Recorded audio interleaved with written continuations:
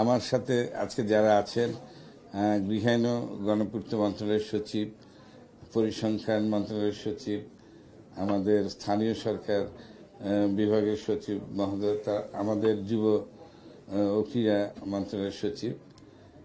আমরা যে বিষয়টা নিয়ে গত কয়েকদিন ধরে সচিবালয়ের কর্মচারীরা আন্দোলন করছে, আমরা সেই আজকে সকালে মন্ত্রিপরিষদ বিভাগ থেকে দায়িত্ব দেওয়া হয়েছিল আলোচনা করার জন্য এবং সমস্যাটা মূল কোথায় সেটা বের করার জন্য। তো আমরা এতক্ষণ আলাপ করেছি। আসলে ওরা তো আমাদের সাথে কাজ করে, আমরা সবাই সচিবালয়েরই কর্মচারী, আমরাও কর্মচারী, যদিও কর্মকর্তা বলি, কিন্তু আইনের ভাষা আমরাও কর্মচারী। তো আমরা আসলে কথাগুলো বলেছি, ওদের কথা শুনেছি এবং যেহেতু জিনিসটা একটু তাড়াতাড়ি ওনারা চান, সেজন্য আমরা ঠিক করেছি কালকে সকাল 10টায় আমরা যারা আছি এটার সাথে সংশ্লিষ্ট সব সচিব মিলে আমরা মন্ত্রিপরিষদ সচিব মহোদয়কে এই কথাগুলো জানাবো। তো এটাই সিদ্ধান্ত, আর কিছু না। তারপর ওনারা যদি পরবর্তী কি করবেন, একটা দীর্ঘ প্রক্রিয়া তো থাকেই, সে প্রক্রিয়া করে সরকার উচ্চ পর্যায়ে যারা মুখপাত্র থাকবেন তখন তারা এই বিষয়ে একটা ঘোষণা দিবেন। আমরা তো কর্মকর্তা হিসেবে যতটুকু দরকার আমরা আলোচনা করে ওনারা কি বলেন, কি কোথায় কোথায় সমস্যা, সেগুলো আমরা আলাপ করে শুনেছি এবং আমরা আগামীকালই সকাল 10টা আবার একসাথে যেয়ে এই বিষয়গুলো মন্ত্রিপরিষদ সচিব মহোদয়কে জানাবো। এই আমাদের আজকে সিদ্ধান্ত।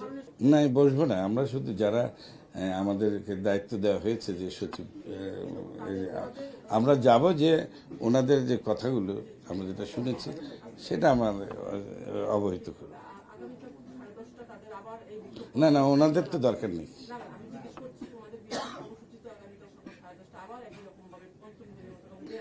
ওদেরকে না, আমরা ওনাদের সাথে কথা বলছি, এই যে আলোচনা চলবে এবং যে প্রক্রিয়া গ্রহণ করা হবে, সরকার যেটা সিদ্ধান্ত নিয়ে করবেন সেই সময়টুকু আমরা কাজে থাকবো, নিয়োজিত থাকবো, কোনো আন্দোলন করবেন না।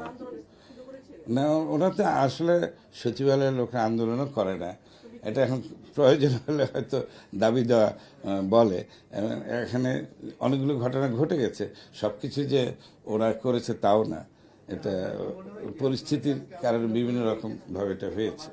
না, আগামীকাল ওদের কোনো কর্মসূচি নাই, ওনারা একদিন দেখবে। না, আলোচনার প্রধান বিষয় ছিল আসলে তো আমরা একসাথে কাজ করি, আমাদের আস্থা মানে ওদের সাথে আমাদের বিরোধ নেই, আমাদের সাথে ওদের বিরোধ নেই। তো সেই কথাগুলো আমরা সবাই নিজের অবস্থানটা পরিষ্কার করেছি, তো সেটা ওরা মেনে খুশি হয়েছে, আমরা আবার অনেক ক্ষেত্রে খুশি হয়েছি। এটা এমনি আলোচনা, ওরা তো আমাদের সহকর্মী না। কালো আইনও বলেনি, ওরা বলছে সরকার একটা আইন করেছে, এটা